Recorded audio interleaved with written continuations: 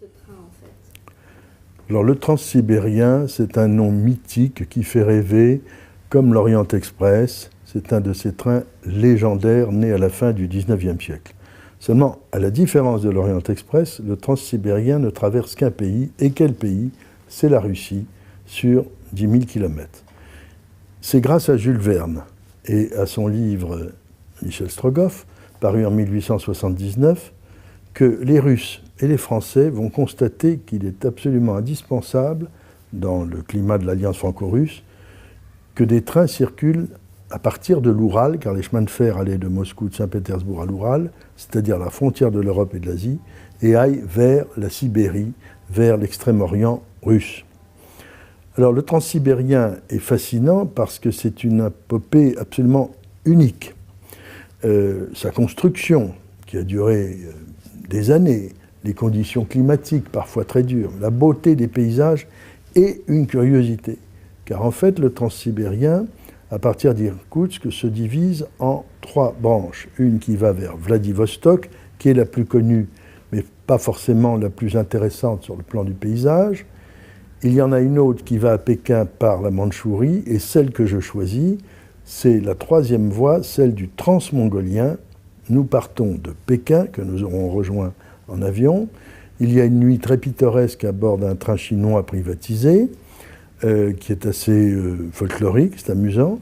Et jusqu'à la frontière mongole, nous serons donc dans un univers chinois. À la frontière mongole, en raison de la différence d'écartement, puisque le chemin de fer a été installé en Chine par les Américains avec un écartement différent de celui des chemins de fer russes qui avaient pris l'écartement large pour se protéger, nous changeons de train et nous retrouvons donc le Bolchoï Transsibérien Express, venu spécialement de Moscou, qui est un train magnifique.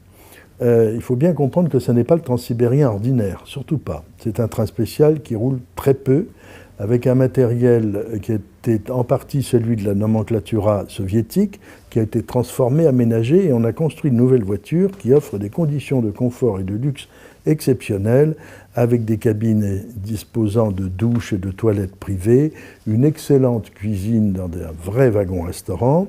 C'est un long convoi d'à peu près 18 voitures, avec à peu près 25 changements de locomotive, et qui offre la particularité de nous permettre une croisière sur rail. C'est ce que nous avons voulu avec Voyage à la Une, c'est-à-dire qu'il a un itinéraire spécial. De temps en temps, il se permet des petites incursions sur des voies secondaires, un horaire spécial et donc un matériel spécial.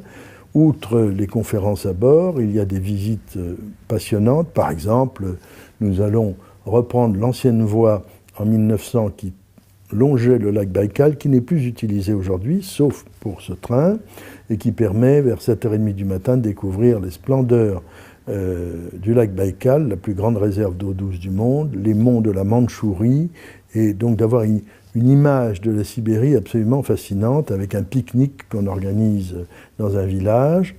Ça, c'est déjà quelque chose de formidable. Mais nous aurons aussi des visites, par exemple le marché aux primeurs, au caviar de Novosibirsk, le musée du Transsibérien, les visites du Kremlin de Kazan, parce qu'en revenant vers Moscou, on découvre différents aspects de la Russie, et on se demande comment ce grand pays a pu tenir, et on sait que c'est vraiment difficile, parce qu'il y a une mosaïque de peuples, une mosaïque de civilisation, d'art, d'architecture, absolument formidable.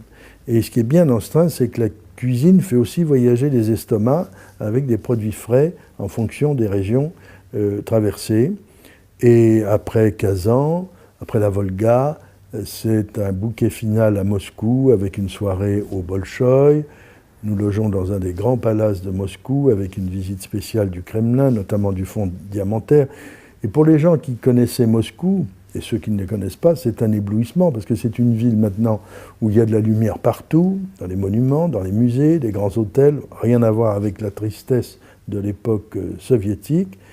Et donc avec 9 nuits à bord du train, mais dans le bon sens. C'est-à-dire qu'en allant de l'est vers l'ouest, on rattrape le décalage horaire, 1 heure ou 2 heures en plus de sommeil par nuit. C'est dans ce sens-là qu'il faut le faire, après le voyage en avion.